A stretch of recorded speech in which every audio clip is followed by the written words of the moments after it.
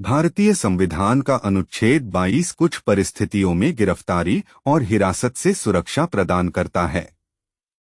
यह अनुच्छेद उन व्यक्तियों के अधिकारों की रक्षा करता है जिन्हें गिरफ्तार किया गया है या हिरासत में लिया गया है।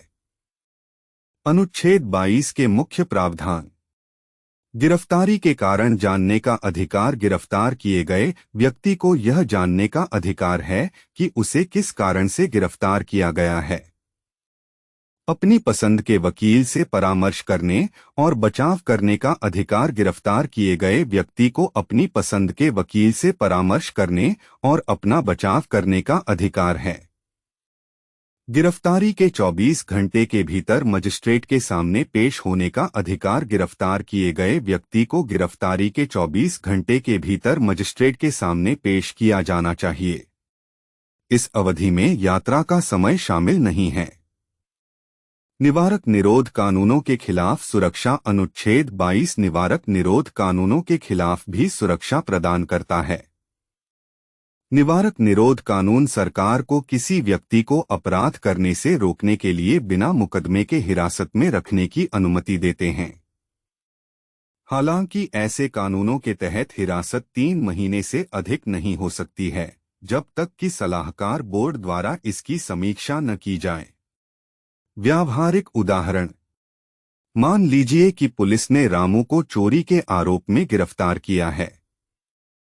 अनुच्छेद 22 के तहत रामू को निम्नलिखित अधिकार होंगे। 1. रामू को यह जानने का अधिकार है कि उसे चोरी के आरोप में गिरफ्तार किया गया है। पुलिस को उसे गिरफ्तारी का कारण बताना होगा।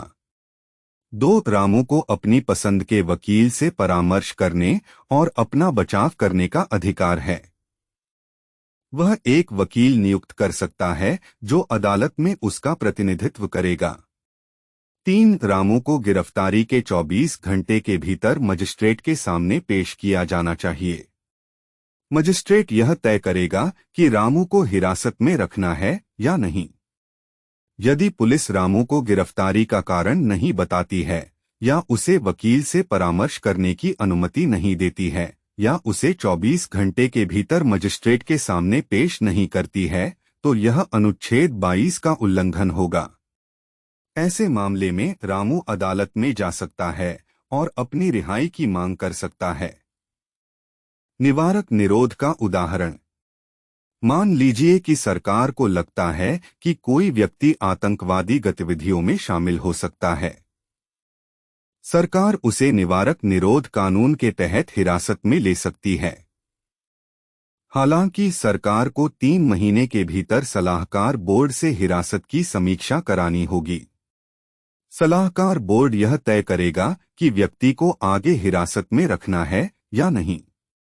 अनुच्छेद 22 भारत में व्यक्तिगत स्वतंत्रता की रक्षा करने में महत्वपूर्ण भूमिका निभाता है।